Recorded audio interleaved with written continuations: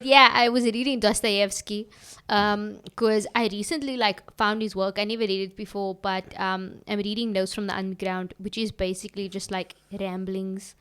But I love it. Like, I'm so obsessed with it. But one of the things that he talks about is the perspective of the Russian people, and he kind of like shits on Germans and French, and he's like, "Fuck y'all. You have this like weird idealistic view of the world, but it's not like real or true." And he explains a Russian romanticism as being clearly aware of what's happening around you, but finding some kind of beauty in the gruesomeness of life. And I just thought, shit, pull back your fucking troops. Pull your troops back. Go home, guys. Go home. You don't know who you fucking with. You don't understand who you fucking with. Maybe there's a couple of neo-Nazis there in Ukraine, getting ready to fight for white people. I don't know. But, Summarize his ideology for me, because what is he essentially saying, that Russians are more strong-minded? yeah. Okay. Yeah. Like they're happy and they're content with knowing that life is terrible and horrible. This is according to him. Yeah. Oh my God. Yeah. This was written in the 1820s. Prior to prior to everything bad. Well, yeah, no, prior to everything bad. Like before the revolutions and Stalin and the purges and the wars and the Soviet Union and the collapse thereof and the Cold War and the terrible surrender and etc. etc. Regardless, though, what I love about Russian history is that there is this certainty that the people have. Like, they are certain of their place as Russians. Do you think that has something to do with communism?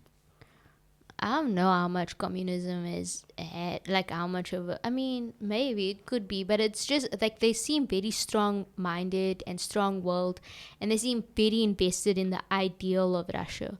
Because to them, it doesn't seem like an ideal. It seems like a thing that needs to be realized. Like, it is this. We just have to get there. And I don't think Americans have that. Americans have this fucked up view of the world of the American dream and all of this shit. But that's never been realized. That's never been true. The entire political system is based on something that isn't real. And it's dumb and embarrassing. You guys have slavery written into the Constitution.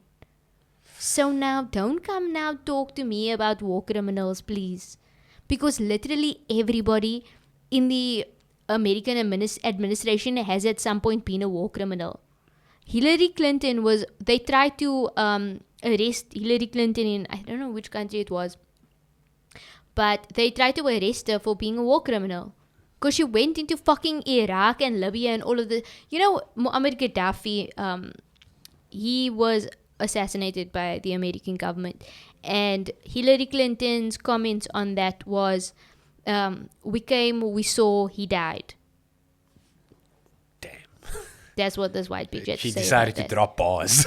That's what she fucking said about Muammar Gaddafi. And it's and then they paraded his dead body around.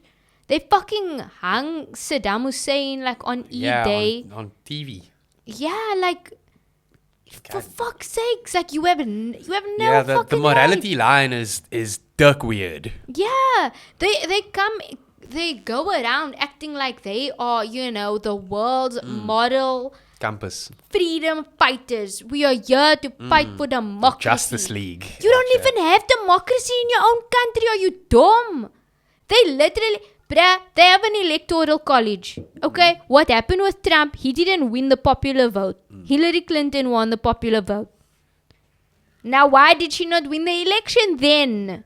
How is that democracy, you dumb donkeys? Yeah. Then they want to come and have regime change war in every fucking country in the name of freedom and democracy. If I hear one more American pundit say, my father died for freedom. No, he fucking didn't. He died trying to like shoot some Afghan girl or something. He died like bombing in a Syrian village. That's what he died doing, you dumb dog. Yeah, but there's a lot of that. The leaders of the free world. No. Obama's a war criminal. Bill Clinton's a war criminal. Trump's a war criminal. Everyone's a war criminal. You all did fuck shit. Leave Vlad. Because Vlad's not here to play. You putting Vlad like in a... Listen, this is being recorded on the 1st of March. So I don't know what's going to happen. I don't know what's going to happen. All I'm saying is that Vladimir Putin has now been backed into a corner. Russia has been backed into a corner because the entire fucking world wants to go and back neo-Nazis in Ukraine. Yeah, alright, not all of them are neo-Nazis, but like a significant amount of them are neo-Nazis. So in 2014, when America funded and the CIA trained neo-Nazis, they were volunteers and not actually part of the military. Now they're just part of the military. A whole entire wing of neo-Nazis is part of the military, and y'all are fine with that. But whatever. You're putting Vladimir Putin and Russia in like a very uncomfortable position because we don't really know what's going to happen now when he has his back against the wall. If Vlad used those nuclear weapons, I don't know, guys. I don't know what's going to happen. But I'm just glad we're in the global south. Yeah. I'm scared for my friends in Europe, but like... I have no friends in Europe. But also, I am scared for Ukraine. I'm not spending time thinking about it. Yeah. But I'll make dua for you. Yeah. Shout out to Ukraine. I hope you guys are good. Like, stay safe, whatever. Stay safe. Wear mask. The thing is, it's like it's so low on the South African agenda. Like we just can't. That's the thing. Exactly that. It's just you asking me to care about like Eastern European politics. Like I can't do it. I can't do it when there's like so much cuck happening someone got here. shot in Pelican Park today. Yeah, and there's no water in a bunch of areas. The infrastructure hasn't been water in the Lotus for like a week now. Away. The infrastructure across the province is failing. The fucking, like the Cape Flats has only gotten worse. Gentrification continues. You still kicking people out of their houses. Like homelessness is a massive issue. Yeah. And the city has basically criminalized homelessness. Gender-based violence. But the other day I was driving past that Steenberg Lavender Hill, that robot, and there was this child that had gotten knocked over, lying on the side of the road, and like there was a bunch of people around and like the ambulance and so on, and I was listening to music as I was driving past, like I'm listening to music while I'm driving. I turned my music down when I saw the child and I just kept driving, and I was like, I don't know what I'm supposed to do with this information. Like, I don't know how I'm supposed to process this. Like, do I turn the music back up? Yeah. How do I continue now with life? Like, what does this? And it's casual. That's exactly what it is. It's like, and then the other day we were driving home from Gordons Bay on the N2, and there was this guy that was just like laying on he was likely knocked by a car, and like his limbs were just in like terrible positions, and we were listening to Yeezus at the time, which is like the worst album to be listening to when you like it's a very like pumped up album. And it was like the same thing where we turned the music down and we were all like somber and quiet for a second, and then we just went on, because these are just things that you see all the time. It's not even... Yeah, it's regular. Yeah.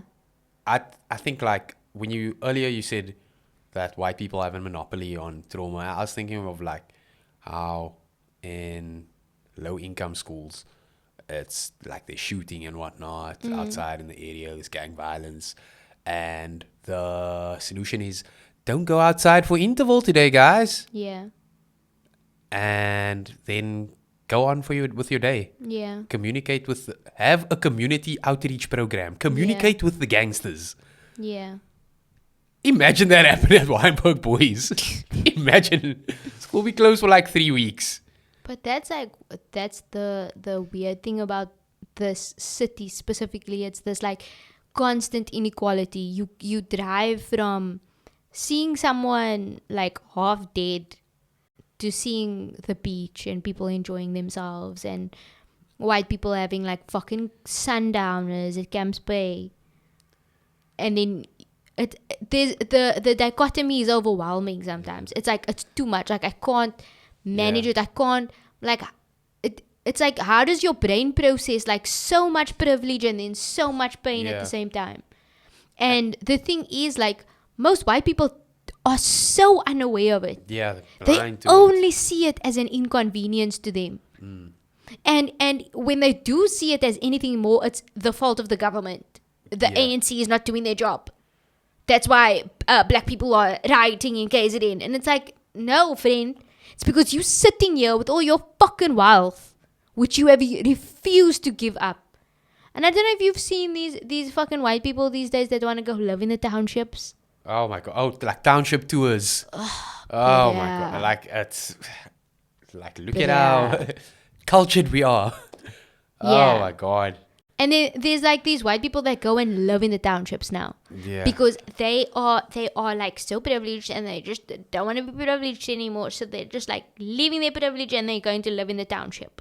So that they can really understand the struggle of black folk.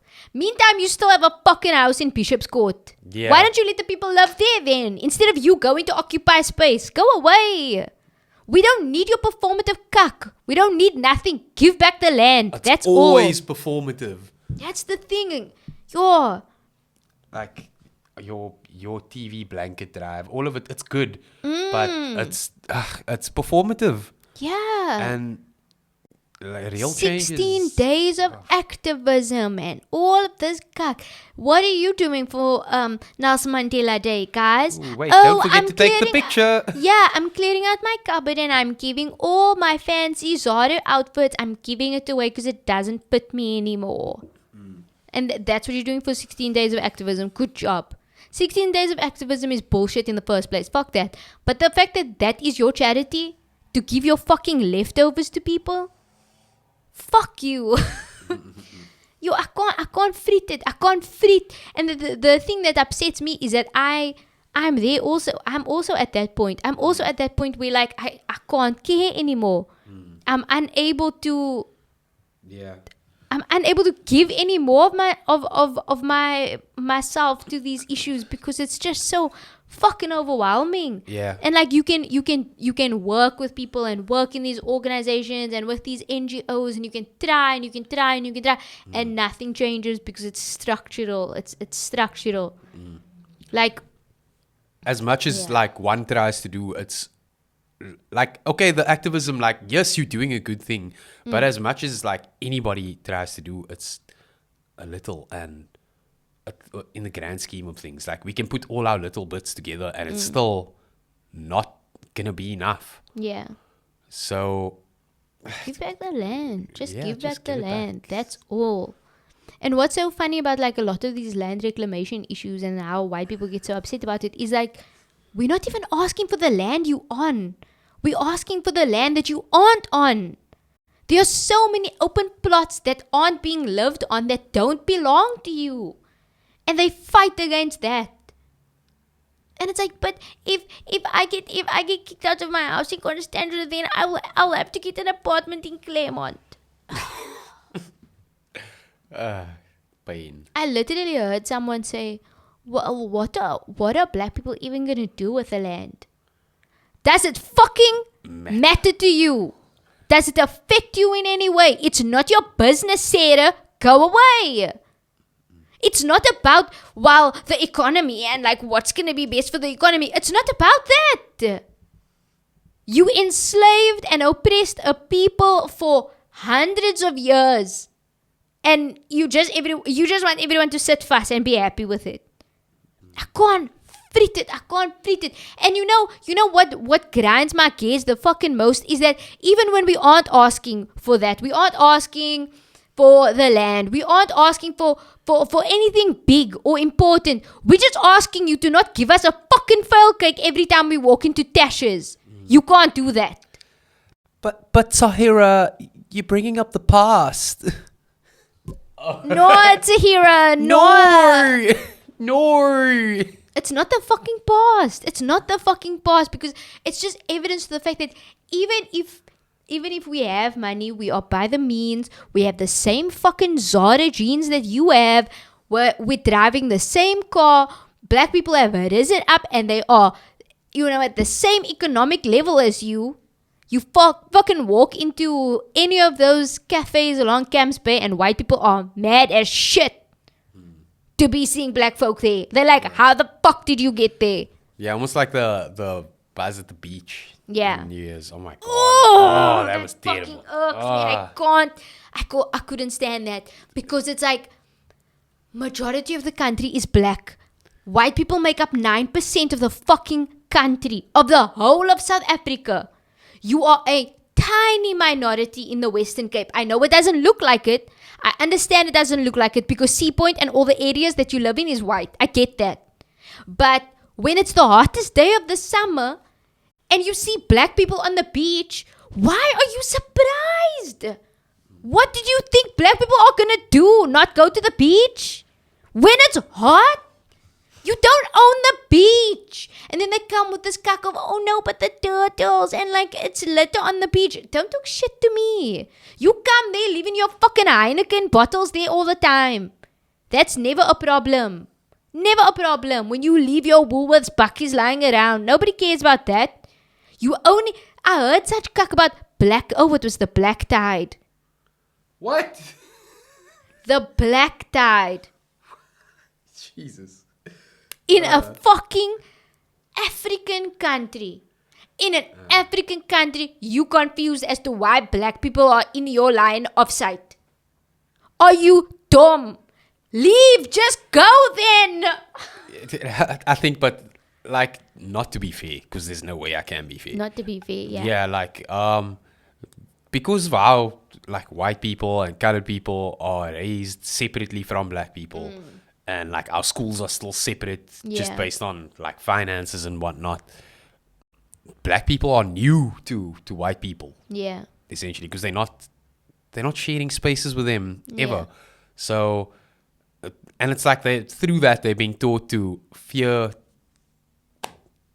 I don't know. Like fear of the unknown. I don't know if it's fear. I've heard that a lot. I've heard it's like fear of the unknown and it's passed down fear. Like it's because like there's probably racism in those families being passed down to Apartheid wasn't that long ago. It was not. It was less than 30 years ago. It was not. So kids now, their white parents were alive during Apartheid. I was alive during Apartheid.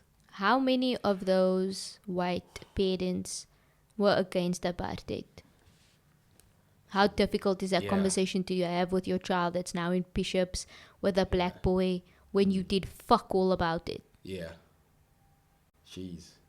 It's like a cuck time. It's cuck time being white, sorry. Yeah. Sucks to be you, I guess. But, I mean... Come to the house and be like, so remember that time? Yeah. Sorry about that, Imagine being like a white lighty and being like, Mommy, what were you doing during Apartheid? Like, who did you vote for? Oh, no. Hey, nah. Nah. Shame. I bet there's a lot of... I mean, there must be tons of white people my age who've had to have those conversations with their parents. I wonder how that went down. What were you doing about it? What were you doing during Apartheid? No, we didn't know the extent of it. It's We didn't know. That cuck. We didn't know. We didn't know it was that bad. God. But yeah, I just I don't hate white people. I have white friends. I have what? How does that feel, man? How does that feel? No, I mean, my thing is like you can have something like no, what's the word? Like an integral part of who you are as a person. That dislikes something in another person. But it doesn't mean that like you have nothing else in common. Like one time I was friends with this like Zionist girl. Like she was a whole entire Zionist. She went to Israel and everything. We had lunch together every day for 6 months. Like 6 whole months we had lunch together. Wow. We discussed Israel and Palestine. She was more like left leaning, I guess, but she was She was Zionist. she was a Zionist. She believed that Jewish people needed a homeland and that it was okay for them to ethnically cleanse Palestinians so that they could get that homeland. But it's difficult. It's difficult to reduce a person to their politics when you get to know them as a person and you realize like, oh shit, we read the same book and we had the same experience and we like the same music and we hate the same people and we love the same people. Yeah. Oh, that's. I always find that rough. Like Yeah. when I'm like start dating a girl and then find out Yeah. she's a bit undertone racist. It's like It's a hard time, but like, yeah, I mean, I say that to say like, you don't need to hate white people. It's a structure and it's a system that you hate. And if there is a white person in your life that is perpetuating that system, then yeah, you have the right to fucking hate them. But yeah, like it's complicated, and I try to give people the benefit of the doubt. I know I come across as angry a lot of the time because I am fucking angry most of the time. But when I meet people like in my normal life, even if I'm like, you know, DMing someone personally, I'm never like aggressive with them, and I try to give people the benefit of the doubt, and I really wait for them to prove me wrong about how I think like, oh, surely this person is not terrible. And then if you prove me wrong, I guess. And then I'm fine, whatever. Most of the time people do prove me wrong, which is great. That's why I hate everything. I love it. I love that people prove you wrong. And like it's okay. Like I can be wrong is not a problematic thing to say. No, it's not. But I meant like, prove me wrong as I'm giving you the benefit of the doubt that you're not a cuck person. And then you prove me wrong that you are in fact a cuck person. Oh. Yeah, that's what I mean. I thought you were like people like saying something positive about No, people. there's tons of people. There are tons of people that I talk to that change my mind about things, that make me see things in a different way. Especially when it comes to like Zionism. I've had all of those conversations with so many Jewish people about the situation, and there have been times where people have swayed me, should I say, not in my politics, not a fuck in my politics. I'm vehemently anti-Zionist, anti-Israel, don't think that the state of Israel has the right to exist any longer, but I do understand the plight of the Jewish people, and I do understand that although I may see it as being an overreaction or unfounded, this fear that they have and this need that they have to, you know, be a protected group and live on their own, and like, regardless of how stupid I think that is and how racist that is, and it's kind of like anti-Semitic in itself, because you saying that you as a Jewish person are unable to live around other people, that's weird, but go off, I guess. But I can respect it. Like, if that's really how you feel, if that's really your fear, I understand it. Doesn't give you the right to fucking kill Palestinians, though. So stop doing that. But yeah, like I'm fully capable of compromising with people and like learning more things about them and understanding their perspective. I have to say though, I've never met a white person that's like changed my mind about land reclamation. Like, not once. Yeah. Not once have I been like, nah. Yeah, but that's impossible. Yeah, no. Because it's crap. I'm a tell a story now, no? So basically, the one time, it was the twins' birthday, and we got an Airbnb for them to just like hang out and have a good time, just, you know, get away and whatever. And I was the one that was like booking it for them because it was kind of like a surprise for their birthday that they would, have like a weekend away type vibe. And the owner of the place was this white guy, and I spoke to him when we first came in, and I was like, saying, we're just gonna chill and hang out. We'll probably play some music. Please let us know if the music gets too loud. Like, we'll put it down, whatever. And he's like, yeah, don't worry. Like, it's been COVID, and I want you guys to have a good time, etc., etc. Anyway, so people hang out, and at that time, the curfew was like 10 o'clock or something. So 10 o'clock comes, and like everyone is like, nah, it's fine. We're just gonna sleep here. Don't worry. The morning comes, the bra's like, why did all of these people sleep over? And I was like, oh shit, I go home, obviously I didn't sleep there. So I'm like, oh shit, sorry, like I didn't realize people weren't allowed to sleep over, but don't worry, like we've cleaned the place up, you can come check, everything's like fine, everything's in its place. And he's like, you need to pay me 2,000 rand. And I'm like, what? And he's like, yeah, because all of these extra people slept over, so you have to pay an additional fee for them. And I'm like, no, but like I didn't realize this was going to be an issue. Anyway, it was a whole convoluted thing. Point of the story is, I get back to the place. The boys are like lumming them. I tell Nasser to go outside because the homie gets mad. And it's just me and Riyadh standing there, and this Bra says, look, I just don't want to be one of those white guys, I'm just not like that. But, you did this, and like, you need to pay me. And I'm like, okay, cool. So I'm going to pay you through Airbnb. You can log a complaint or a dispute on Airbnb, because that's how these things happen. Like, one of the terms of service of the app is that you don't pay anybody in cash. So you can log it through. And he's like, no, I want cash now.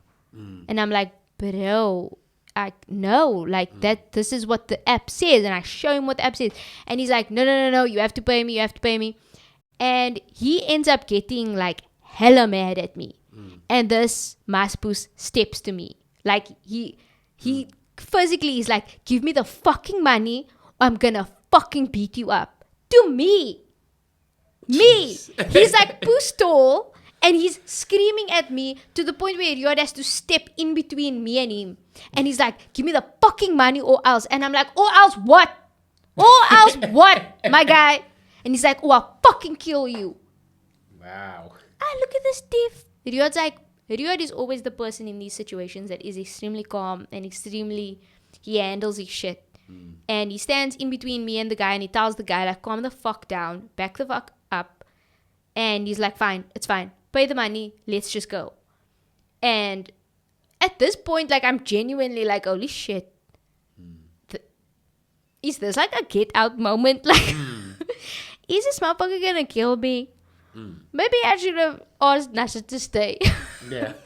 And so we pay the money. Rio transfers the money to him, and he's like, okay, let's go. I like pick up all the shit, all like their bags and stuff, and I start walking out, and he does want to open up the gate, and I hear him phone the police and say people are trespassing. What? And I'm like, what the fuck? Open the gate. And I'm screaming at this bro, and I'm like, open the fucking gate. And he's on the phone with the police, telling the police that we are trespassing. Now, what happens in that situation? Yeah, who they gonna side with? My blood was boiling. I was like, That's it's done. Like, we're gonna die. This man is gonna kill us. Like, it's finished. Because now he can tell the police these people were trespassing, and that's why I killed them. I am popping. Rio and I are literally like walking towards the gate, and I'm screaming at this man to like open up the gate so that we can leave. I start, Nasser and them are standing outside, and they can see us through the gate, and I'm like, open the fucking gate. And eventually this bra opens the gate. Nasser is standing there. Nasser's just like, yay. And this bra looked like he was about to piss his pants, because it's like 5 colored bras are just standing there staring at him, and he was like, shit, I'm about to die. But yeah, so we end up going to the police station, because I was like, isn't this fraud, or like what's the word for it? I don't know, whatever.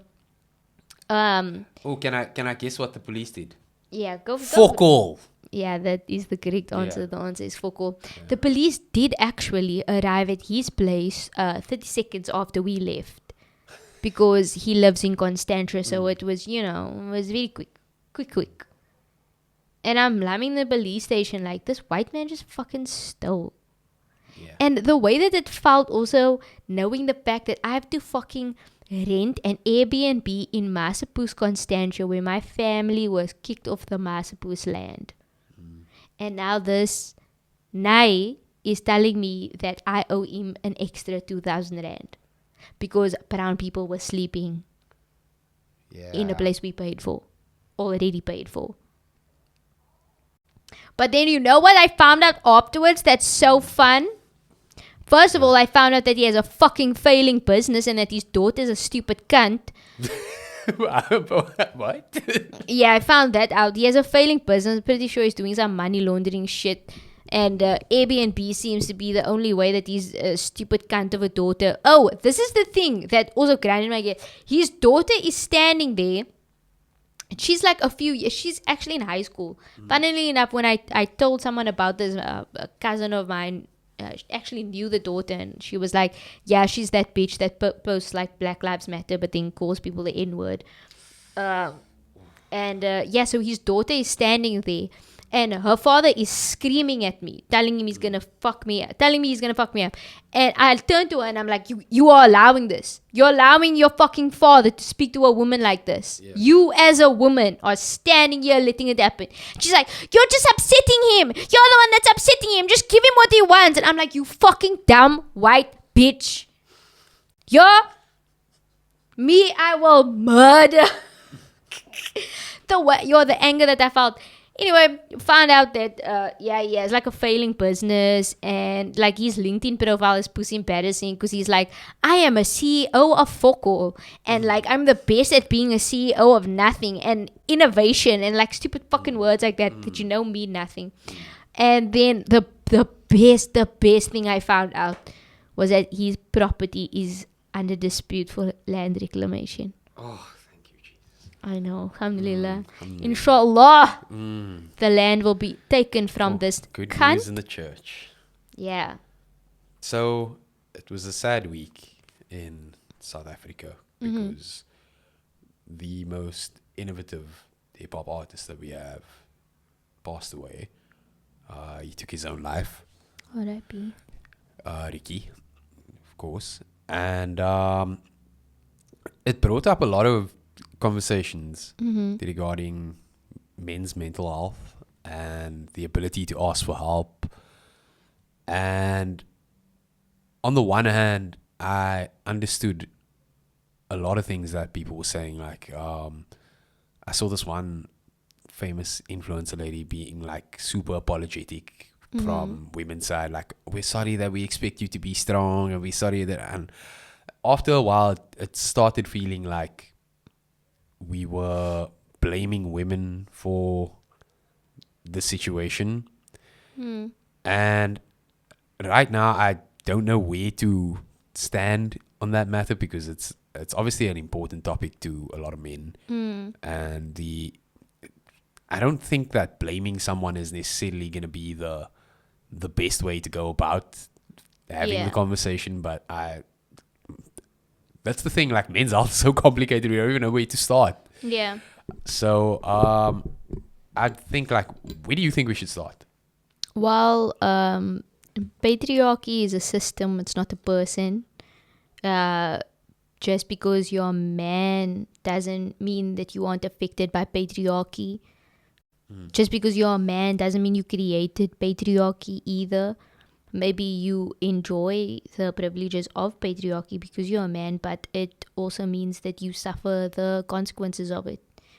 One of the consequences being that you are expected to be a certain type of way. You're expected to be strong and brave and never falter and all of that shit.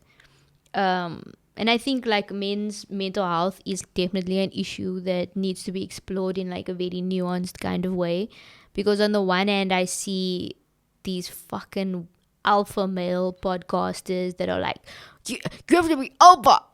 and like Gary being hard. yeah, and like just talking all this shit about how you must never let anybody see you struggle and you need to just work hard and like Positive. yeah, alpha male energy. Like, bro, it seems like your dick is small. Like, that's all it seems like.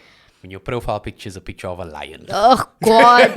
Hashtag hustle, hashtag grind, hashtag manliness. Like, stop. Dollar signs. It's so weird and embarrassing.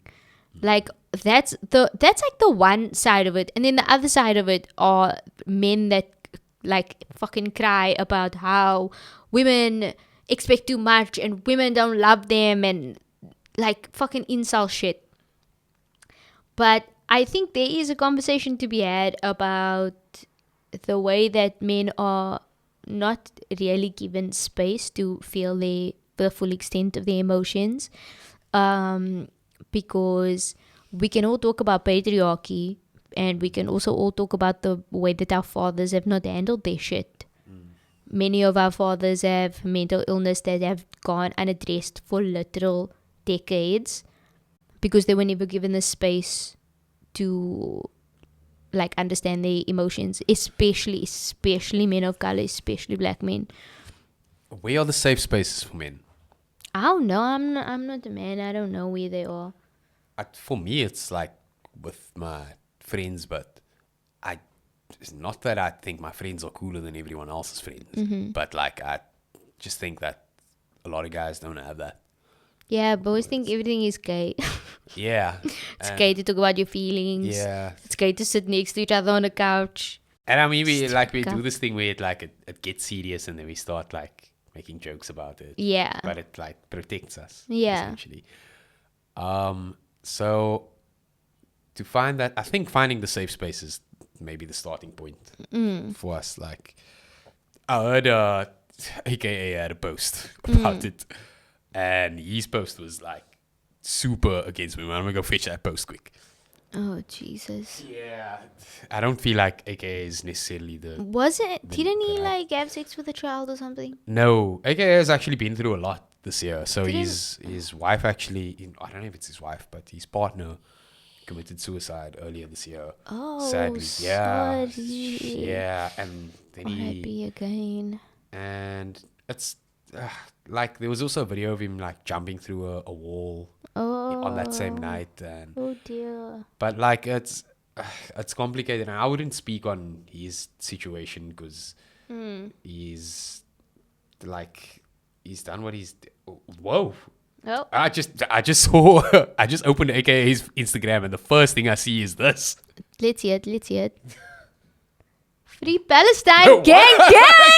Oh yes, AKA, tell them. Tell them. AKA just posted. Free Palestine. Since we're talking about war and invasions, let's keep that same energy for Palestine. Oh my yes, my guy. Super mega. Tell them. Oh my God. Baby, don't waste your time. Love it. I support you 100%. I take back everything I just said. Please get the fucking post about women not make me dislike him, because I fully support. I've never listened to one of your songs, but I back you. Anyway. Thank you for that. Look, I still think like he made a post in the week that was like, hello. Like people went at him for it. What was the... let me just find it quick. The general... It was... let's keep it 100. The last 5 people I know took their own lives. 4 of them are men. Jeez. I've seen so much suicide over the last year, I can't even feel anything anymore. I've spoken to a lot of people. Some of them said he just got a bag from African Bank, blah, blah, blah, because Ricky got a African Bank sponsorship. And that tells me everything you need to know about this fucked up fake-ass algorithm world we have created for ourselves to live in. Ricky went to Hilton. He grew up around money. I hope that very soon we can address the issue of how damaged and broken the men in this country are. We have no one to talk to. We just pat each other on the back and say, get on with it. Be strong, boy, my boy. But in reality, we are traumatized. Generational trauma passed down to us. Ladies, we are not perfect by any means, but damn, we are crying out for your approval, your love and affection. Please, can we reset and go back to family values? Can we, myself included, start going to church again? Please, can we start some sort of dialogue about men in this country, because it's our duty to protect you, to provide and care for you. We cannot make this thing work without each other. We are crying out for your help. this is so traumatic. Please, let's not forget about us. We're not perfect by any means, but damn, look at the stats. We're taking our own lives at record highs. Something has to change. It's a toughie. I agreed with like the first bit of it. I think the other... Look, I'm not going to go at him for the family values one, because that's obviously his opinion as a church-going man. Yeah, for sure. Just listen to Donda. I mean, like, just listen to Donda. Like Donda. AKA is actually, I think he's the best hip-hop producer in the country. Like, he's got excellent beat choices. Wow, AKA is woke, bro. What did he say? What did he say? Check this out. Muammar Gaddafi! Oh my god! I was not expecting No, this. tell them. Tell them. Whoa. AKA. You hella progressive if you posting a picture of Muammar Gaddafi. Yeah. Gang, yes! Yeah. Who knew? Yo, knew? nah, bruh, I support you. I suppose you. Long live. Does this mean you're going to listen to AKA now? Probably not. But let me just give my opinion on that thing that he said. Women are not at fault for this. We didn't do anything. We never said don't show us your emotions. We fucking asked you, begged you to deal with your shit instead of beating and berating us for so fucking long. But from my own personal experience, it's not something that we can help. We can't love the fucking daddy issues, mommy issues out of you. We really can't. We can give you all the fucking love in the world and you'll still be abusive because it's not our approval and our validation and our appreciation that you want. It's the validation of a system that doesn't want to see you have those kinds of emotions. And that's not my dung, friend. Me and you, we're on the same page. We both want to tear this shit down. But like, to put it on women is kind of stupid. And you know what? I'll give him the space to have that opinion because I can understand, like he said, after seeing 5 of his friends take their own lives.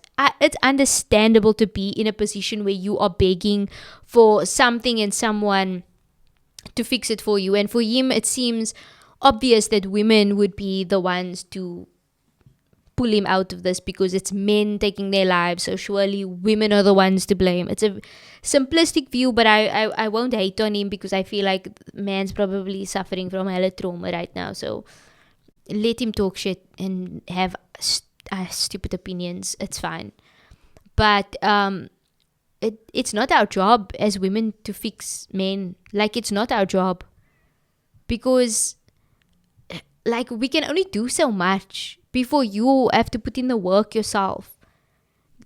It can't fall on us.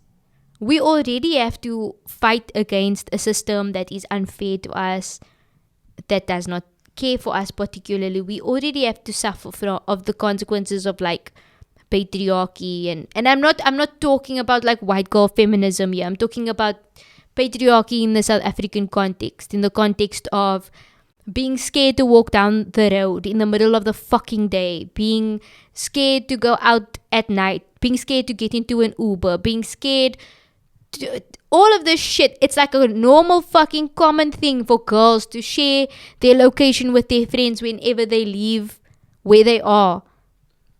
That's what I'm talking about. Yeah. I'm talking about not having a single group of friends, not ever having a single group of friends that hasn't had a person who has survived rape or sexual abuse or like full on physical abuse. I've never not once. Same. So that when we talk about like the issues that men are facing and the suicide rates, I can understand, I can empathize. Believe me, I've seen so many men in my own life fucking fighting demons and having the inability to name an emotion other than anger and fear. Like, I've seen it so many times. Some boys just they don't have the emotional capacity to get through the things that they experience. Like the amount of times I've sat with a man and I've been like, how do you feel about this? And they can't name an emotion. I understand, I empathize, because you have been put in this position where you've never been allowed the space to do that. But that's not my fucking fault, is it? It's not my fault as a woman. And far too often you lay the blame on us. And it's one thing to say in an Instagram post, women do better. It's a different fucking thing to take it out on us and abuse us constantly, because that's really the reality of what happens. Yeah. So basically, men aren't dealing in the best possible way right now. And finding that way to deal, like, obviously we don't have the answers. We just have a podcast. Like, that's like, you weren't going to get the solution here. Yeah, no. But I think men also have to deal with like abuse from their parents. Their peers. Physical abuse a lot of the time is just like a part of, I mean, boys get beat by their fathers. It's just like a normal thing. And I mean, like, when other parents see it happening, it's like, yeah, goed. That's a good parent. That's a stern father over there. Yeah. Like, and they get like a round of applause for it. Yeah. And like being able to fight when you're in school and like beating up someone, it's like a badge of honor. I think there's like a lot of stuff that men need to work through and that they need to talk about. And I do think that it's worth giving men the space to deal with all of that shit. And yes, maybe women should be helping them be like, oh, this feeling is called anxiety. This feeling is called... Like, sometimes boys just need to, like, give them a fucking book, you know, when you're in school and it's like the alphabet A is for apple, like a book like that of emotions. Yeah. That would be helpful. Yeah, but we need like a starter pack. Yeah. Like, boop, beep, up, I have feeling number 3. I mean, I feel like Drake has done a great deal for men's emotions, hasn't he? I mean, like, all 4 of the emotions that he expresses in the... Sad, horny, happy, sad, horny, angry, simultaneous. Yeah. Shame. I'm a Drake. Yeah, men, I don't know what to tell you other than like sort your shit out. That's not what we need right now. No, I'm joking. I don't mean it like that. But I don't know. Yeah. I don't know, but what I do know is that it wasn't easy for women to ask for help either. Yeah. It was something that women had to fight for as well. Yeah. Like, we needed to scream and shout in order to get the help that we needed. Yeah. And it's still not given to us freely. So, like, yeah. Jeez. There's some kind of movement that needs to happen for men, or some kind of promotion that needs to happen for men. But I mean, it's still not it's not that serious of an issue for many men. Like, they don't take it. It's like, it's made up. Yeah. It's imaginary for a lot of people, and only when someone gets affected, then it's like, oh. Yeah, but I mean, to play like devil's advocate, I do think that like a lot of movements exclude men from it, because it's like, men are the problem. You're part of the problem, blah, blah. The thing Which is true. Like, it is true. Yes, it is true. But like I said, the problem is a structure. Patriarchy is a structure and a system. It's not a person. Like, you excluding some boy from being part of a movement that could help him and could help him see things differently doesn't really do any good to anybody. Yeah. That's my opinion on it. That's my opinion. I just want to end off by saying AKA is an amazing artist, and I love him. R.I.P. Muammar Gaddafi. R.I.P. Ricky. Gone too soon.